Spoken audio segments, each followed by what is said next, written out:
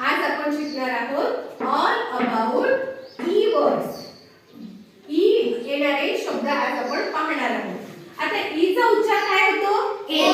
काय उच्चार होतो? ए. मग ई चा उच्चार ए होतो. आता ई एन म्हणजे याचा उच्चार होईल एन. काय झाला उच्चार? ए.